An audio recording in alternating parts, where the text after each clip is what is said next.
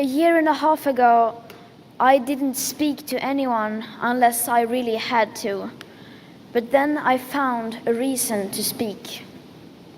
Since then, I've given many speeches and learned that when you talk in public, you should start with something personal or emotional to get everyone's attention.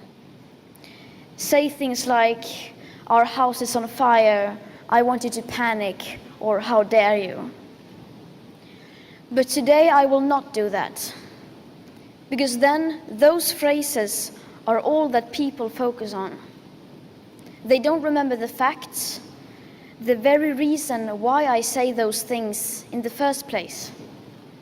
In chapter 2, on page 108 in the SR 1.5 IPCC report that came out last year, it says that if we are to have a 67% chance of limiting the global temperature rise to below 1.5 degrees Celsius, we had on January 1st, 2018, 420 gigatons of CO2 left to emit in that budget. And of course, that number is much lower today, as we emit about 42 gigatons of CO2 every year, including land use. With today's emissions levels, that remaining budget will be gone within about 8 years. These numbers aren't anyone's opinions or political views. This is the current best available science. And why is it so important to stay below 1.5 degrees? Because even at 1 degree, people are dying from the climate crisis. Because that is what the United Science calls for, to avoid destabilizing the climate, so that we have the best possible chance to avoid setting off irreversible chain reactions, such as melting glaciers, polar ice, and thawing Arctic permafrost. Every fraction of a degree matters. So please tell me, how do you react to these numbers without feeling at least some level of panic? How do you respond to the fact that basically nothing is being done about this without feeling the slightest bit of anger?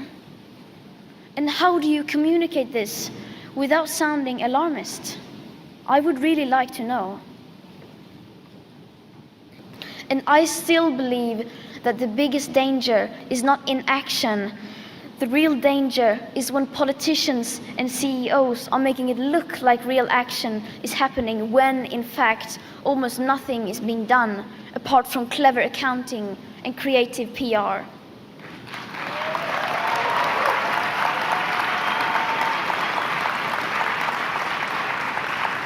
There is no sense of urgency whatsoever. Our leaders are not behaving as if we were in an emergency. In an emergency, you change your behavior.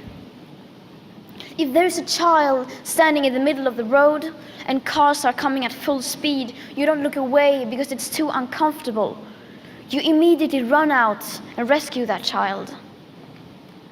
And without that sense of urgency, how can we, the people, understand that we are facing a real crisis?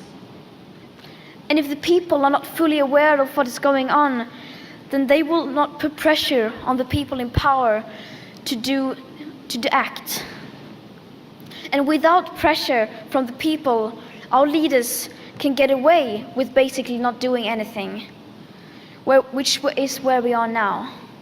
And around it goes. In just 3 weeks, we will enter a new decade. A decade that will define our future. Right now, we are desperate for any sign of hope. Well, I'm telling you, there is hope. I have seen it. But it does not come from the governments or corporations. It comes from the people. The people who have been unaware but are now starting to wake up. And once we become aware, we change. People can change. People are ready for change. In fact, every great change throughout history has come from the people. We do not have to wait. We can start the change right now. We, the people. Thank you.